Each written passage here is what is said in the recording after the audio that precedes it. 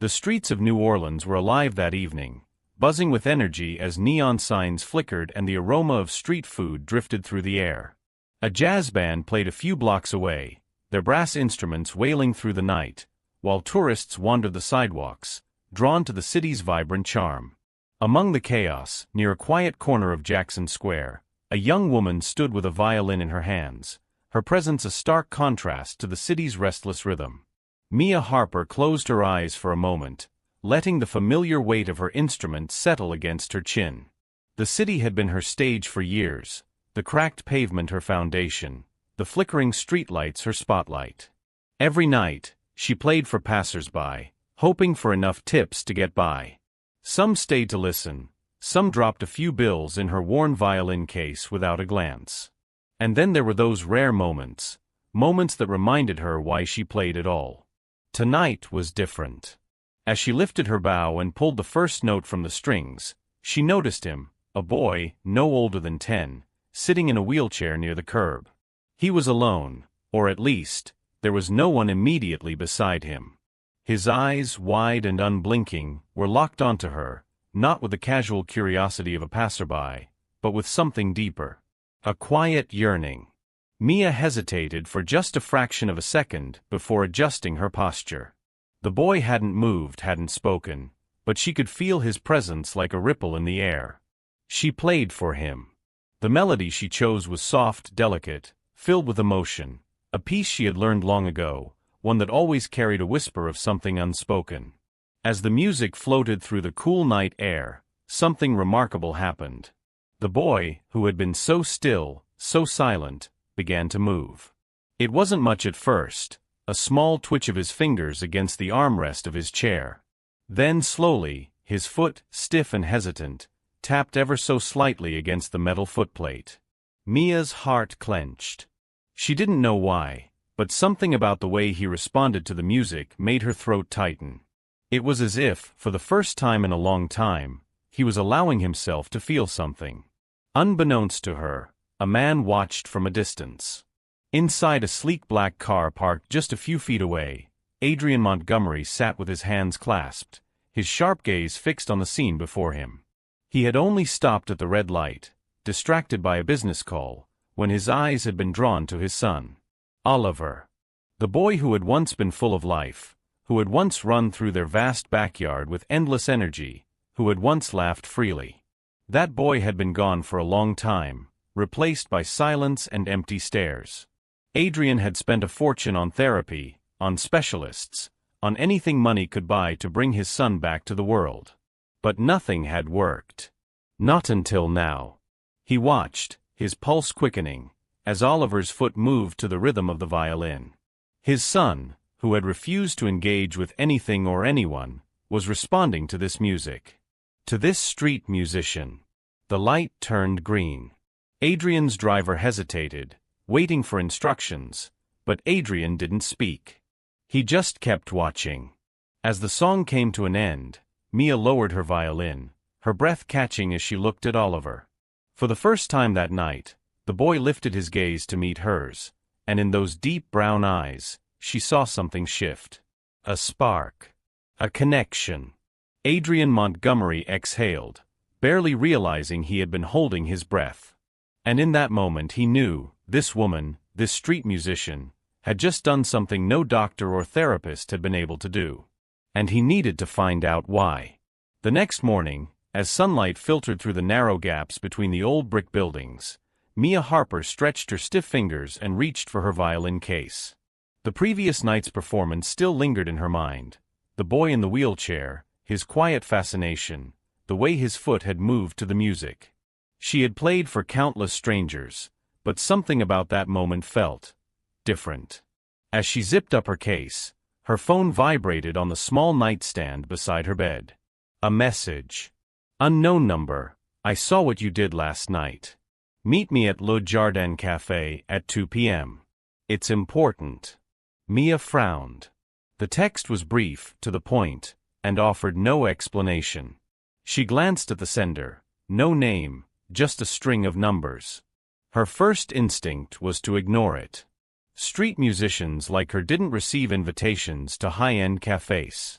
The name alone, Le Jardin, screamed exclusivity.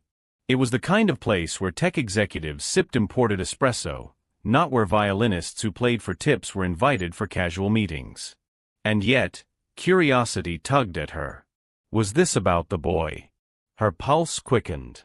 Mia stared at the message a moment longer, then exhaled. Against her better judgment, she typed a single word in reply, "Okay." Mia hesitated at the entrance of Le Jardin Café, her fingers tightening around the strap of her violin case. The café was exactly as she had imagined, elegant, with polished mahogany tables and soft jazz humming in the background. The scent of freshly brewed coffee mingled with the faint aroma of vanilla, creating an atmosphere that felt worlds apart from the bustling streets where she usually played. A waiter approached, but before she could speak, a voice called her name. Mia Harper. She turned to see a man seated at a corner table, dressed in a tailored charcoal suit. His presence was commanding, sharp features, piercing gaze, but it was his eyes that caught her attention. They weren't cold, as she had expected. They carried something else. A weight. She cautiously took a seat across from him.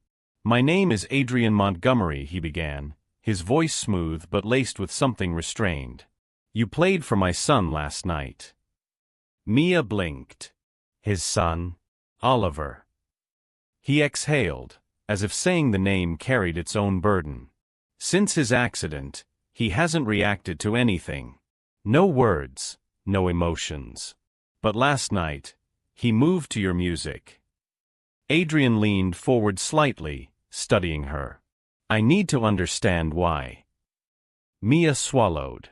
She wasn't sure she had an answer. But something told her this meeting was only the beginning. Mia stared at Adrian, certain she had misheard him. "You want me to teach Oliver?" she repeated, her voice laced with disbelief. Adrian nodded, his expression unreadable. "Yes. As his music teacher." Mia let out a short, nervous laugh. "I think you have the wrong person. I'm just a street musician. I don't have degrees or credentials in music education." "I don't care about credentials," Adrian said firmly. "I care about results." He leaned forward, his fingers laced together. "I've hired the best therapists, educators. None of them have made a difference. But last night, for the first time in years, my son responded to something. That wasn't a coincidence." Mia's heart pounded. She wasn't sure whether to feel flattered or overwhelmed. A billionaire was sitting across from her, offering her a job she never would have imagined. And yet, doubt crept in. Could she really help Oliver? Seeing her hesitation, Adrian continued, his voice softer this time. "Just try. A few sessions. If it doesn't work, I won't ask again." Mia exhaled slowly, her fingers tracing the rim of her coffee cup. Against all logic, against all her own self-doubt, she found herself nodding. "Okay," she whispered. And just like that, her life changed forever. Mia gripped the handle of her violin case, her mind racing. This was insane. She was a street musician, not a trained instructor. She had never taught anyone, let alone a child who had withdrawn from the world. What if she failed? What if she made things worse? Adrian Montgomery sat across from her, his gaze unwavering. He had built an empire in the tech industry, a man used to control, to certainty. But here he was, placing his trust in her. "I don't think I'm the right person for this," Mia admitted, shaking her head. "I play music, I don't teach it." Adrian studied her for a moment before responding. "Oliver doesn't need a teacher. He needs someone who can reach him. Last night, you did that." Mia bit her lip. It was true, she had seen something in Oliver's eyes that she couldn't explain. A flicker of life. A connection. And she couldn't ignore that. Taking a deep breath, she looked up at Adrian. "I don't know if I can help him," she said honestly. "But I want to try." For the first time, Adrian's expression softened. "Then that's enough." Mia exhaled, feeling the weight of her decision settle over her. She had just stepped into a world far beyond the streets of New Orleans. Mia had seen mansions before, on TV, in magazines, in passing glimpses through iron gates. But nothing could have prepared her for the sheer scale of the Montgomery estate. The car rolled through the grand entrance, its tires whispering against the immaculate driveway. Towering oak trees lined the path, their branches swaying gently in the breeze, casting long shadows across the pristine lawn. The mansion itself was a masterpiece of modern architecture, sleek glass panels, marble columns, and a grand staircase that spiraled toward a second-floor balcony. But despite its beauty, something felt off. Mia stepped inside, expecting warmth, life. Instead, the vast foyer stretched before her like an art gallery, cold, polished, empty. The air smelled of expensive wood polish and fresh-cut flowers, yet there was no laughter, no sound of footsteps, no sign of a home. She swallowed hard, her violin case suddenly feeling heavier. Adrian led the way, his movements precise, rehearsed.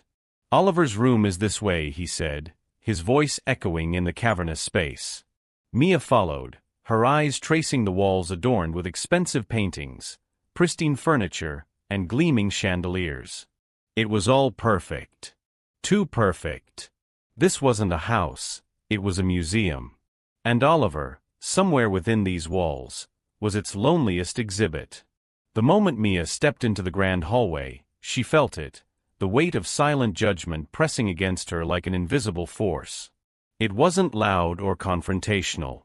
It was subtle, lingering in the way the staff barely concealed their skepticism, in the way conversations quieted when she passed. She didn't belong here, and everyone knew it. At the far end of the corridor, a woman in a crisp navy blue suit stood with her arms crossed. Her silver-rimmed glasses rested at the edge of her nose, and her expression was unreadable, though Mia could sense the underlying disapproval. "Miss Harper," the woman said, her voice clipped. "I'm Evelyn Carter, Oliver's educational consultant." Mia extended a hand, but Evelyn didn't take it. Instead, she adjusted her glasses and continued, "Mr. Montgomery has made some unconventional decisions before, but I must admit, hiring an uncredentialed musician to educate his son is a new one." Before Mia could respond, a tall, stern-looking man in a tailored vest stepped forward. "The house manager," she assumed. "Oliver's schedule is carefully structured. I hope you won't disrupt it." Mia clenched her jaw but forced a smile. "I'm here to help, not to disrupt." Neither of them looked convinced. She had barely arrived, and already, she was fighting to prove she belonged. Mia sat on the edge of the piano bench, her violin resting lightly against her shoulder. Across from her, Oliver Montgomery sat in his wheelchair, staring at the floor. His small hands rested motionless in his lap, his expression unreadable. She had been here for nearly a week, and still, he had barely acknowledged her presence. No words. No eye contact. Nothing. Most people would have given up by now. Instead, Mia lifted her bow and began to play. Not a structured lesson. Not scales or drills. Just music. Soft, wandering notes filled the room, rising and falling like waves. She let the melody flow without restriction, allowing instinct to guide her. It wasn't about teaching, it was about feeling. Out of the corner of her eye, she noticed the slightest movement. Oliver's fingers twitched. It was so small, so fleeting, that Mia might have missed it if she hadn't been watching. But she was watching. And she saw the way his body tensed ever so slightly, as if his mind was caught somewhere between resistance and curiosity. She didn't stop playing. And she didn't force him to respond. She simply let the music be there, waiting for him, whenever he was ready. Mia barely had time to set her violin down before Adrian's voice cut through the quiet room. "This isn't working." She turned to see him standing in the doorway, arms crossed, his expression hard as stone. He wasn't yelling, but there was something sharper in his tone, doubt. Mia exhaled slowly, already anticipating the argument. "You saw him today," she said, keeping her voice steady. He moved his fingers. He was listening. Adrian shook his head. That's not progress. That's a reaction. You play a song, and he twitches. That doesn't mean he's getting better. Mia felt frustration tighten in her chest. What does better even mean to you? She asked, stepping closer. Do you want him to suddenly start talking? To stand up and walk? That's not how this works. I want something that's proven. Adrian's jaw clenched. I've spent years following the best medical advice, therapy, rehabilitation, experts. And now you're telling me that music is the answer. Mia met his gaze, unwavering. I'm telling you that it's something he feels, she said. And maybe, for the first time in a long time, that's enough. Adrian didn't respond. But he didn't walk away either. Mia knew something was wrong the moment she stepped into the mansion. The usual quiet hum of the estate had been replaced by a suffocating tension, thick and unspoken. Then she saw Adrian. He stood near the grand staircase, his expression unreadable, his hands clenched into fists at his sides. But it wasn't just his posture that unsettled her, it was his eyes. Cold. Unforgiving. What's going on? Mia asked cautiously. Adrian took a slow breath, then tossed a manila envelope onto the nearby table. You tell me. Frowning, Mia hesitated before picking it up. Inside were photographs, grainy, taken from a distance. But the message was clear. In each one she was there, meeting with a well-dressed man, exchanging words, shaking hands. Recognition struck like a bolt of lightning. She knew that man. Henry Caldwell, one of Adrian's most notorious business rivals. Mia's stomach twisted. You think I'm working for him? She asked, her voice barely above a whisper. Adrian's jaw tightened. I think you're taking money from him. Shock turned to anger. You actually believe this? She demanded. After everything? Adrian didn't answer right away. And that silence hurt more than any accusation. Mia barely had time to process the accusation before Adrian's voice cut through the silence, sharp and final. I want you out. Her breath caught in her throat. What? Adrian's expression was unreadable, but his tone was ice-cold. I don't want you near Oliver. I don't want you in this house. Whatever game you're playing, whatever act this has been, it ends now. Mia's chest tightened. You think this was an act? Her voice trembled, not with fear, but with frustration. You think I planned this? That I spent weeks trying to reach Oliver just to, what? Get close to your money. Adrian didn't flinch. I don't know what to think anymore. That hurt more than the accusation itself. Mia took a shaky step forward. Look at me, Adrian. You know me. Do you really believe I would do that? For a brief moment, something flickered in his eyes, hesitation, doubt, but then just as quickly it was gone. I did believe you, he said, his voice quieter this time. But I can't take that risk. Mia swallowed the lump in her throat. She wanted to fight. She wanted to scream. But the look in his eyes told her it wouldn't matter. So, with a heart heavier than her violin case, she turned and walked away. Mia stood frozen in the middle of the grand study, her pulse pounding in her ears. Across from her, Adrian paced, his jaw tight, his movements sharp with barely restrained anger. It wasn't just photographs, he said, his voice clipped. One of my senior executives claims they saw you take money from Henry Caldwell. Mia's stomach twisted. That's a lie. Adrian scoffed, shaking his head. Then tell me, why were you meeting with him at all? Mia clenched her fists. He approached me after one of my performances. He asked me to play for one of his events. That's it. Adrian's expression darkened. And you took the money. Mia felt a wave of frustration crash over her. It was a tip, Adrian. He handed me cash, just like dozens of other people do when I play on the street. She took a deep breath, forcing herself to stay calm. I didn't know who he was until after the fact. Adrian studied her, his eyes scanning for any sign of deceit. For the first time, she saw something other than anger in his face, hurt. I want to believe you, he admitted, his voice softer now. But I can't ignore this. Mia's chest ached. She wasn't just fighting an accusation. She was fighting a man who had already convinced himself she was guilty. Mia sat in her tiny apartment, staring at the crumpled photographs on the table. The accusations, the cold dismissal from Adrian, the way he had looked at her, like she was just another person trying to use him, played over and over in her mind. She had every right to walk away. But she couldn't. Not because of her own pride, not even because of Adrian, but because of Oliver. The boy who had started to trust her. The boy she had promised to help.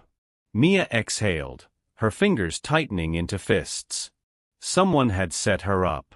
Someone wanted her gone. And she wasn't about to let them win.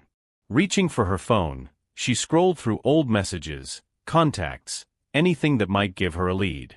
She thought back to the last few days at the Montgomery estate. The whispered conversations, the sideways glances, the one thing that had felt off but hadn't made sense at the time. Then it hit her. The tension between Adrian's executives. The way Evelyn Carter, the cold, calculating education consultant, had subtly questioned her presence from the very start. Mia's heart pounded. If there was anyone who had motive to see her gone, to discredit her in Adrian's eyes, it was her. And now, Mia was going to prove it. Mia sat in the dimly lit cafe, her laptop open, fingers hovering over the keyboard. She had spent the last 2 days digging, combing through every bit of information she could find on Adrian's company, his business dealings, and most importantly, the people around him. She knew the answer was there, buried beneath the surface. She just had to find it. And then she did. Her breath caught as she scanned the screen. A series of private business correspondences, leaked anonymously on a financial forum, hinted at a hostile takeover attempt targeting Adrian's company. The name tied to the rumors? Henry Coldwell. That wasn't surprising. What was surprising was a second name attached to the negotiations, Evelyn Carter. Mia's pulse quickened. Evelyn, Adrian's trusted consultant. The woman who had dismissed her from the moment she stepped into the mansion. The woman who had everything to lose if Mia succeeded in helping Oliver. Heart-pounding, Mia clicked deeper into the reports. Evelyn had been secretly communicating with Caldwell's firm, subtly pushing Adrian toward signing a lucrative but dangerous contract. The only thing standing in her way? Mia. It all made sense now. By discrediting Mia, Evelyn had accomplished 2 things. She got rid of the one person who was proving that traditional therapy wasn't the only answer for Oliver, and she manipulated Adrian into distrusting those closest to him, leaving him vulnerable to pressure. Mia swallowed hard, her mind racing. Adrian had been played. And she had the proof to expose it. Grabbing her phone, she snapped a screenshot of the emails and sent a message to the one person who needed to see it most. Mia, I know who set me up. Meet me. I can prove it. She stared at the screen waiting, hoping. A minute later, a single reply appeared. Adrian, where? Mia stood outside Adrian's office, her fingers curled tightly around the folder of evidence. Her heart pounded against her ribs, but she forced herself to stay steady. She had spent days uncovering the truth, piecing together emails, financial reports, and private correspondences that all led to one undeniable conclusion: she had been framed. And now, Adrian was going to hear it whether he wanted to or not. The receptionist barely had time to announce her before Mia pushed open the heavy glass doors. Adrian was at his desk, deep in thought, but the moment he looked up and saw her, his expression hardened. You shouldn't be here, he said, his voice clipped. Mia didn't flinch. Instead, she strode forward and dropped the folder onto his desk. You were wrong about me, she said, meeting his gaze head-on. And I can prove it. Adrian hesitated, his eyes flicking toward the folder. Mia. Just look, Adrian, she interrupted, her voice firm but not pleading. Before you say another word, before you throw me out again, look at what's inside. He exhaled sharply, but opened the folder. Silence stretched between them as he scanned the documents. Emails from Evelyn Carter to Henry Caldwell. Transaction records. Strategic memos detailing how to push Adrian towards signing the contract.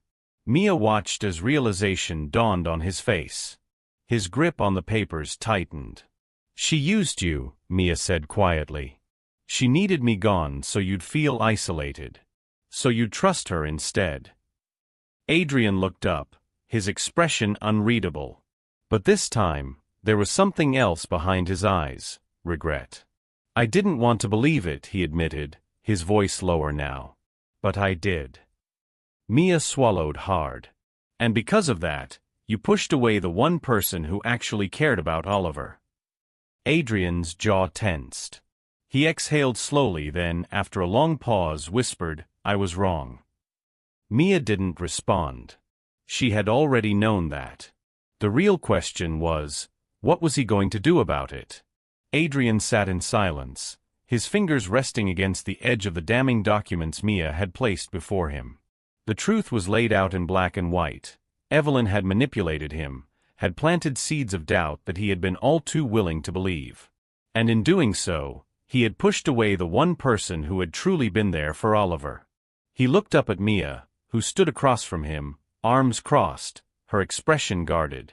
She had every right to be furious. Every right to walk away and never look back.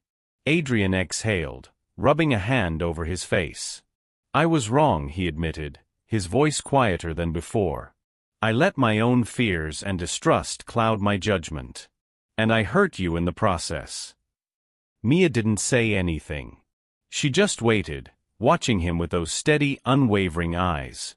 I've spent my whole life trusting numbers, logic, facts, Adrian continued, shaking his head. But when it came to something I couldn't measure, something like music, I shut it out. I told myself it wasn't real, that it couldn't help Oliver. But it did. He let out a heavy breath. And instead of seeing that, I let someone else convince me that you had ulterior motives. Mia's jaw tightened, but she finally spoke. You didn't even give me a chance to defend myself. I know. He met her gaze, his voice raw with regret. And I'm sorry, Mia. Truly. Silence stretched between them. For the first time, Adrian felt something unfamiliar, vulnerability. He was a man who never apologized, who never second-guessed himself. But this time, he had been wrong, and he wasn't afraid to admit it. Mia studied him for a long moment. Then, with a small sigh, she shook her head. It's not me you need to make it up to. Adrian knew exactly what she meant. It wasn't about them. It was about Oliver. Mia sat across from Adrian once more, though this time, the energy in the room had shifted. Gone was the cold skepticism, the sharp-edged distrust. Instead, there was something else, an unspoken understanding. Adrian leaned forward, his fingers interlocked on the table. I don't just want you to come back for Oliver, he said. I want you to do something bigger. Mia frowned slightly, unsure of what he meant. Bigger. He nodded. I've been thinking about this for a while, long before you came into our lives. There are thousands of kids out there like Oliver. Kids who feel isolated, who don't respond to traditional therapy, who are lost in a world that doesn't know how to reach them. He exhaled. I've donated to charities, sponsored programs, but none of it felt personal, none of it felt like it actually made a difference. Mia listened in silence, her heart pounding slightly as she began to piece together what he was about to say. Adrian met her gaze. I want you to run a music program for children with disabilities. Not just for Oliver, for all the kids out there who need what he needed. Mia blinked, caught off guard. You want me to run it? You, Adrian confirmed. You saw what music did for Oliver, how it pulled him back, even in the smallest way. You're the only person I trust with this. Mia leaned back in her chair, overwhelmed by the weight of what he was offering. This wasn't just a job, it was a calling. But was she ready for it? I don't know, she admitted, chewing on her bottom lip. I'm not a therapist. I don't have a degree in music education. I'm just, she hesitated, trying to find the right words. Adrian gave her a small, knowing smile. A street musician? Mia exhaled a soft laugh. Yeah, exactly. His expression turned serious. You're also the person who got through to Oliver when no one else could. You don't need a degree for that. Mia lowered her gaze, her fingers absent-mindedly tracing the rim of her coffee cup. A part of her wanted to say yes right away, but another part hesitated. This was so much bigger than anything she had ever done before. Teaching Oliver had been personal, intimate. Now, Adrian was asking her to reach hundreds, maybe thousands of children who felt just as lost. Could she really do that? She looked back up at Adrian, searching his face for any sign of doubt, but there was none. He believed in her. More than that, he believed in what music could do. Mia took a slow breath. She might not have all the answers now, but one thing was clear, this wasn't just about her anymore. This was about something bigger than she had ever imagined. She wasn't ready to say yes. But she wasn't ready to say no either. I need some time to think, she finally said. Adrian nodded. Take all the time you need. But deep down, Mia already knew. She wasn't walking away from this. The house was quiet that evening, the kind of quiet that felt peaceful rather than empty. Mia walked through the grand hallway, her footsteps light against the polished floor. She had just finished tidying up some music sheets in the practice room when a faint sound drifted through the corridors, a soft, uncertain melody coming from the grand piano in the living room. She paused. That wasn't unusual. She had played on that piano many times before, trying to coax Oliver into interacting with her. But this wasn't her playing. Curious, she stepped closer, careful not to make a sound. As she reached the doorway, the sight before her made her heart tighten. Oliver sat at the piano bench, his small hands pressing gently against the keys. His movements were hesitant, as if he were still discovering the music hidden beneath his fingertips, but there was no mistaking it, he was playing. And beside him, Adrian sat in quiet stillness, watching his son with an expression Mia had never seen before. Not worry. Not frustration. Just awe. Oliver finished the phrase and glanced at his father, his fingers still hovering above the keys. That was, Adrian exhaled, shaking his head slightly. He looked at his son as if seeing him for the first time. That was beautiful, Oliver. The boy didn't speak, but he didn't have to. The way his lips curled into the slightest smile, the way his eyes brightened ever so slightly, that was enough. Mia stood in the shadows, watching the moment unfold, her throat tightening with emotion. For weeks, she had fought to reach Oliver, to help him find his voice through music. But in this moment, she realized something even more important. He wasn't just finding himself. He was finding his father, too. Adrian, the man who had spent years searching for solutions in research papers and medical journals, now sat completely still, captivated by something so simple yet so profound. A song. A connection. A moment. Mia felt a tear prick at the corner of her eye, but she quickly wiped it away, smiling softly. For all his wealth, for all the things money could buy, this small but powerful moment between father and son, was something Adrian had never been able to purchase. Because sometimes, healing didn't come from medicine or grand gestures. Sometimes, it came from something as simple as a melody played by small, hesitant fingers. And a father finally listening. Mia took a quiet step back, leaving them to their moment. Her job here wasn't done yet. But tonight, she knew, Oliver was going to be just fine. Life has a way of teaching us that not all wounds can be healed with money, medicine, or logic. Sometimes, what the heart needs is not a solution, but a connection. In this story, Adrian Montgomery, a man who built his empire on numbers and certainty, learned that true healing does not come from control, but from understanding. His son, Oliver, did not need expensive therapies to bring him back to life. He needed someone who saw him, who listened, who understood the silent language of his heart.